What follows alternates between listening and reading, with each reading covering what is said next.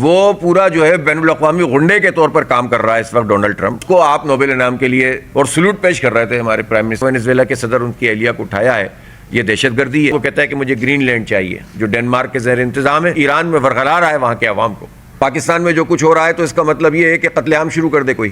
یہ وہ ٹرمپ ہے جس کو نوبل انعام کے لیے انہوں نے نامزد کیا تھا، تو اگر شرم آ رہی ہے تو اس سے پیچھے ہٹ جائیں۔ اچھا، اور وہ ایسا ہی تھا، اس میں کوئی تبدیلی نہیں ہوئی ہے، وہ ایسا ہی ہے۔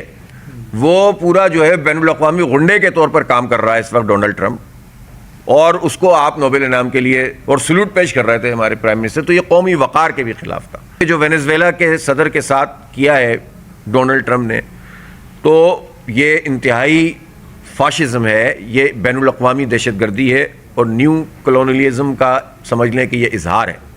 جو نوآبادیاتی نظام پہلے موجود تھا، اب یہ قبضہ سسٹم کہ جاؤ، اور آپ کسی قانون کو اس نے تسلیم نہیں کیا، بین الاقوامی قوانین کو اس نے رونتے ہوئے رگیدتے ہوئے جا کر وینزویلا کے صدر ان کی اہلیہ کو اٹھایا ہے، یہ دہشت گردی ہے، انٹرنیشنل دہشت گردی ہے۔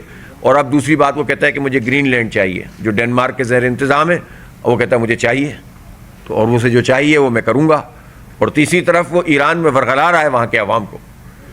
اب ایران میں تو حکومت کے حامی لوگوں نے اس سے کہیں زیادہ بڑے احتجاج کیے ہیں، مظاہرے کیے ہیں، یکجہتی کا اظہار کیا ہے، ان کو کور نہیں کیا جا رہا۔ اور جو چھوٹی چھوٹی چیزیں ہیں، اور اب تو انہوں نے ایرانی حکومت نے پکڑ بھی لیا ایسے لوگوں کو جو اسرائیل اور امریکہ کے ایما پر باقاعدہ امپلانٹ کیے گئے تھے۔ تو یہ کیا ہے؟ یہ بالکل بین الاقوامی طور پر تمام قوانین کو پامال کرنا ہے۔ کل بھی ٹرمپ نے اس طرح کا ٹویٹ کیا ہے کہ آپ احتجاج کرو اور دیکھو کہ کون کیا کر رہا ہے، ہم قریب ہیں، ہم پہنچنے والے ہیں۔ تو یہ تو پوری دنیا کے امن کو تباہ کرنے کا ایک عمل ہے۔ اس پر خاص طور پر رشیا کو، چائنا کو اور دیگر بڑی قوتوں کو بھی کام کرنا چاہیے، اور پاکستان کو اس میں ایک لیڈنگ رول ادا کرنا چاہیے۔ مجھے خوشی ہے کہ اس وقت پاکستان کے ترکی کے ساتھ بھی تصویراتی معاملات طے ہو رہے ہیں، اور پاکستان کے سعودی عرب کے ساتھ بھی۔ تو یہ تین ملک اگر بنتے ہیں اور پھر آہستہ آہستہ ہم سارے ملکوں کو جو مسلم بلاک ہے اس کو ساتھ ملاتے چلے جاتے ہیں، تو انشاءاللہ اس کے نتیجے میں یقیناً کچھ بہتری پیدا ہوگی، اور ان طاقتوں کو جو بالکل انسانیت دشمن طاقتیں بن چکی ہیں ان کو روکنے کا یہ سبب بنے گا۔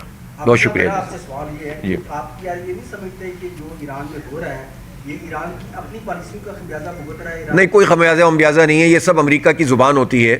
اب پاکستان میں جو کچھ ہو رہا ہے تو اس کا مطلب یہ ہے کہ قتل عام شروع کر دے کوئی، تو یہ تو نہیں مانے، تو وہ بھی تو مار رہے ہیں نا۔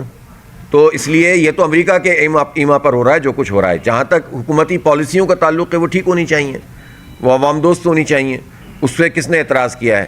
لیکن اس وقت وہ جو کچھ بھی ہو رہا ہے اسرائیل اور امریکہ کے کہنے پر ہو رہا ہے، اور باقاعدہ ان کے مینیج کرنے پہ ہو رہا ہے۔ اتنی بڑی تعداد شامل نہیں ہے جتنی تعداد جو ہے وہ جو لوگ مظاہرے کر رہے ہیں اور اس کے نتیجے میں جو ہے وہ تاثر بنا رہے ہوں۔